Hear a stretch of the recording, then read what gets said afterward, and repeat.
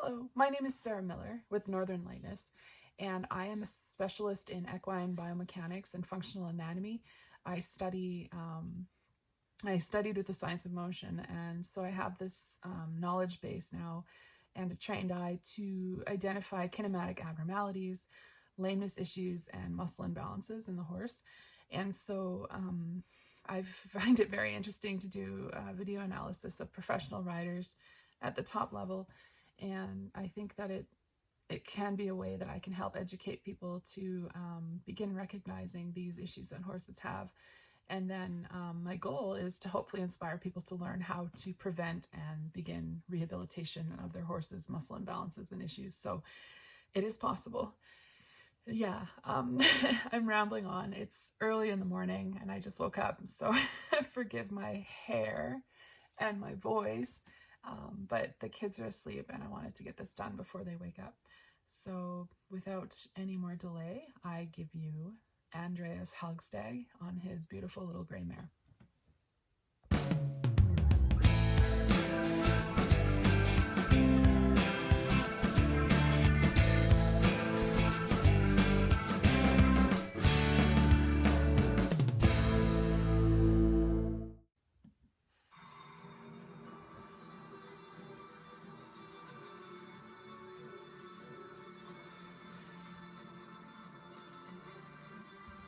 Okay, already I can see that the horse is very compressed in the neck and head.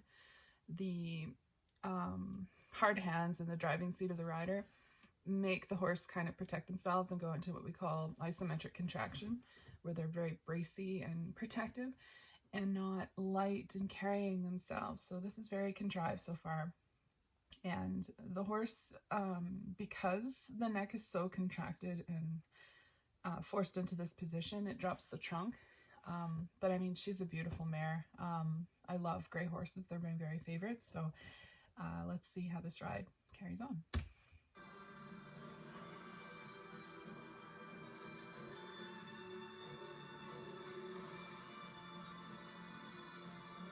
Okay, so she has what's very popular in the FEI level dressage show ring, where the limbs are being kind of yanked up nice and high like this. And I'm not sure how they train that. I think that what they do is they touch the limbs with the whip and cause them to pick up their limbs this high at this unnatural height. And it's very impressive for the untrained eye, but for me, I see that it could potentially, because it's so far out of the normal range of motion, cause issues in the knees.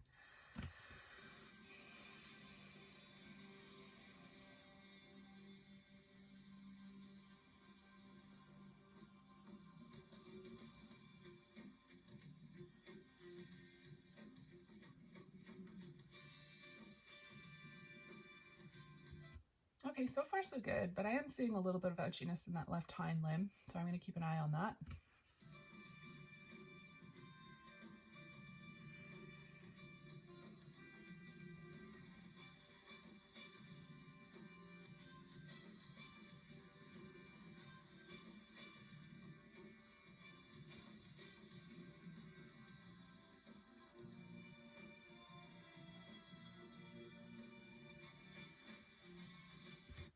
These dressage moves so far are very, very difficult. I mean, starting off the test with the canter pirouettes is quite impressive, and then those tempi changes, meaning that they're doing flying lead changes in the air, were pretty impressive. I haven't seen too much dysfunction. Other than that, the horse is very compressed, but the horse is a very athletic little thing, and she is able to actually find some change of the real axial rotation in the spine during those tempi changes. So nice little horse.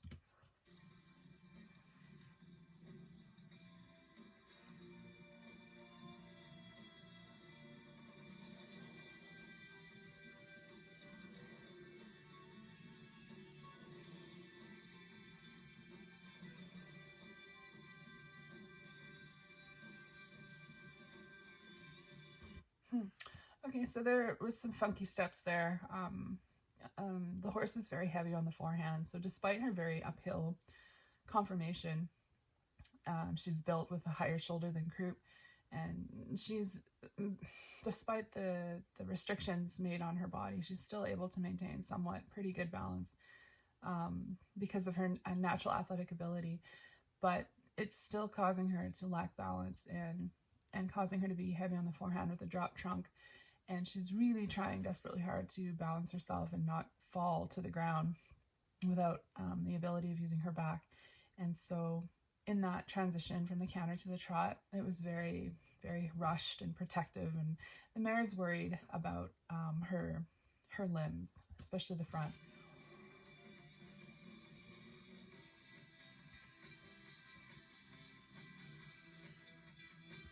Okay, so this half pass to the left, the horse is in what we call left lateral bend, bent around the inside left leg, but you'll notice that she's tipping the rider all the way to the right side.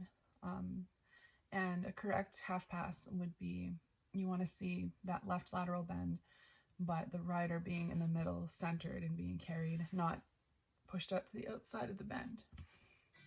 This is called inverted rotation. So all that weight is going to that right front.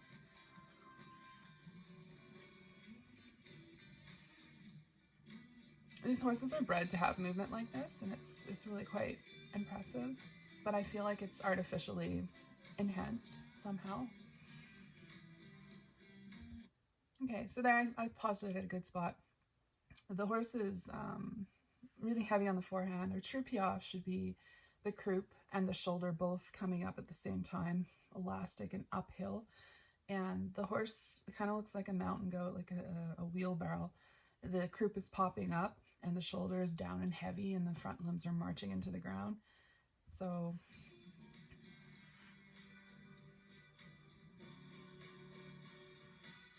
I'm just not seeing much elasticity during that piaffe or lightness, and that's again because of the restricted head. When their head is constricted like that, with the chin towards the chest and very tight and really, really hard hands, it causes the cervical vertebrae to push down into the cervical thoracic junction, and then it forces the base of the neck to kind of sink down and the trunk to fall between the shoulders. So this is why the horse is so heavy on the forehand, despite her natural conformation being uphill.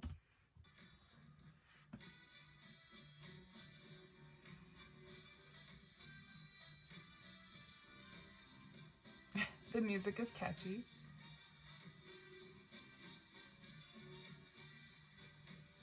So yeah, this is very eye-catching movement, but the reality is that it's very artificial. The horse is equipped with these massive tendons and ligaments in their limbs to help spring and carry and combat the forces of gravity. And what I see in these movements in the dressage ring at this level is, the best way I could describe it is the horse is picking up their foot out of a puddle, a cold puddle, instead of really utilizing that elastic potential in their limbs. And you want to see the horse moving with ease and maximum efficiency. And these horses just look like they're working way too hard, way harder than they should be.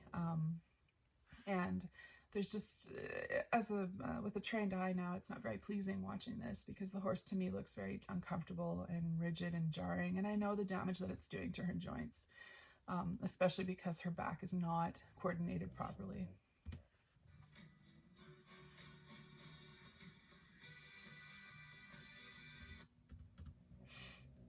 Okay, so that's the test. I mean, she has really nice suspension, but I mean, again, it would be nice to see her have the ability to lengthen that neck and balance herself better during this extended trot. The rider has what we call a driving seat, which again forces the horse to protect themselves and contract and speed up.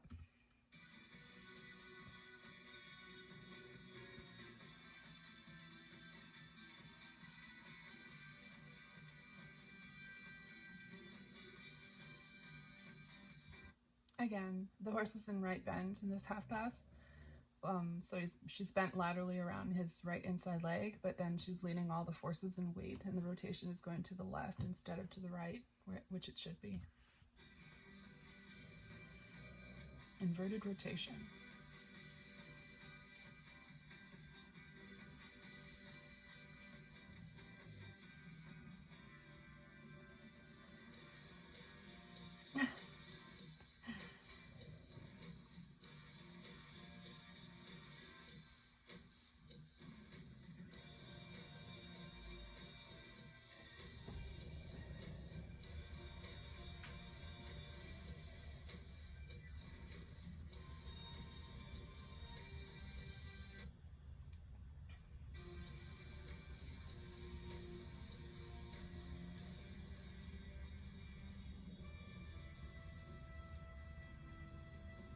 Okay, so overall this horse is very talented, despite um, the difficulty that she's having to balance on her own, and the rider really causing a lot of distractions. She's still capable physically to perform in a way that isn't harmful to her body. So beautiful horse.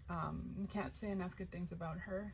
This video inspired me back in 2006 to start dressage because of this horse. So I see why. I mean, the catchy pop tunes from when I was young, that helps.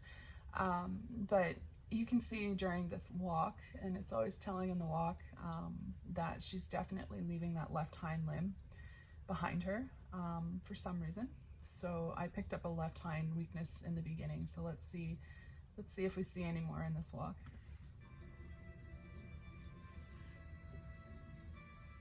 There, yeah, so she's hesitating to swing the limb forward, which can indicate some stifle or sacroiliac joint issues or pain.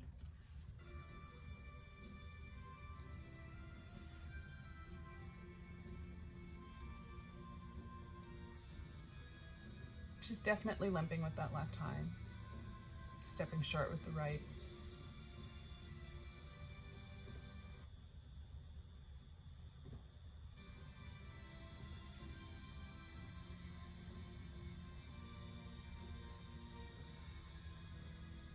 You can see the discomfort and the stifle.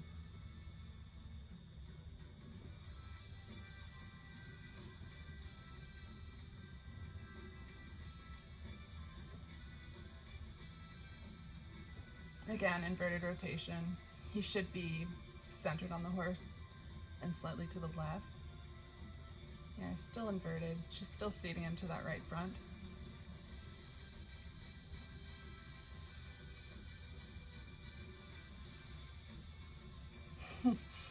She's such a nice horse. And the tail swishing again indicates some discomfort and frustration.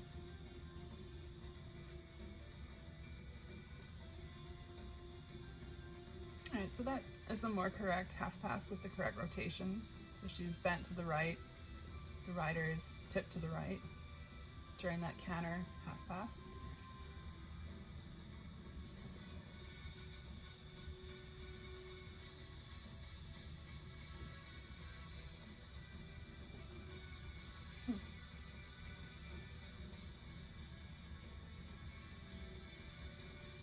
Yeah, so in that corner you could see that there was some discomfort, and she was trying to kind of catch her balance there, where a horse at this level should always kind of be able to maintain that balance and never really struggle and fall. But this is what the show ring wants, the judges.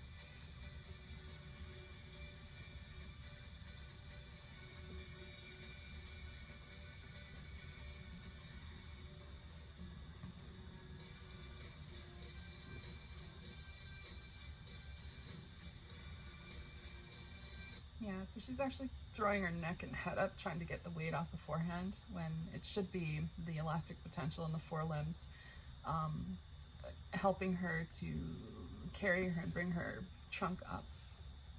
And that's what combats all those forces and weight. But because of that restricted head and inability to coordinate her back with the correct lateral bending and rotation to get that longitudinal flexion, the elastic potential is overweighted in the front, so she has to compensate by tossing her head up. And there really is no braking phase of the hind limbs either, and that also is overweighting the front front limbs. And here where I paused it, that's a lot of weight on that left front there. She's falling, kind of catapulting over that left front instead of carrying herself and using the elastic potential in her forelimbs during that transition.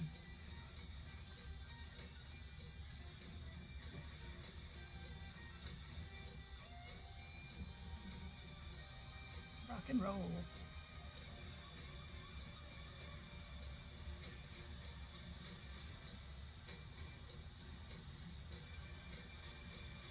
So she's in left bend and falling to the right instead of being in right bend and going to the right. Yeah, so you're seeing a lot of wiggling and lateral movement here because again, she has no ability to carry her with her back and core, her weight and all those forces. So she's trying to figure out where to put all that force and weight on the front, and she's in this moment lateralizing. That's what we call lateralizing.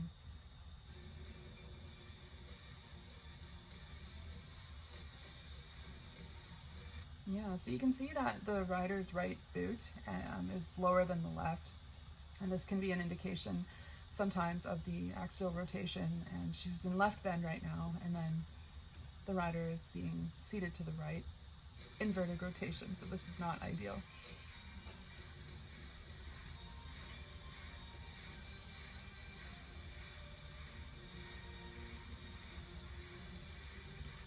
I was watching the fetlocks during that last little piaffe passage element, and I could see that the fetlock, the translation, downward translation of the front right fetlock was very extreme, which means, again, another indication of that too much weight on the right front.